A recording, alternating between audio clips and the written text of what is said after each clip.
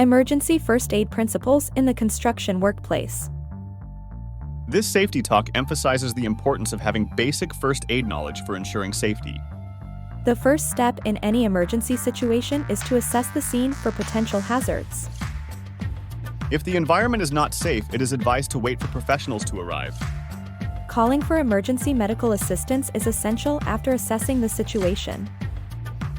Clear and concise information about the incident, location, and number of injured individuals should be provided.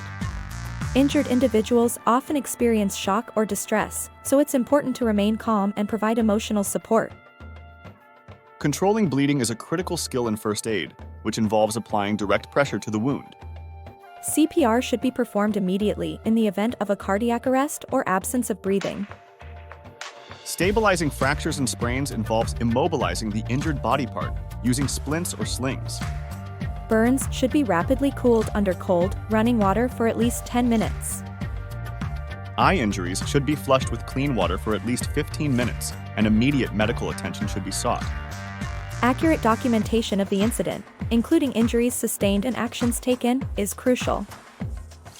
The incident should be reported to the appropriate authorities and necessary records should be maintained as per company policy.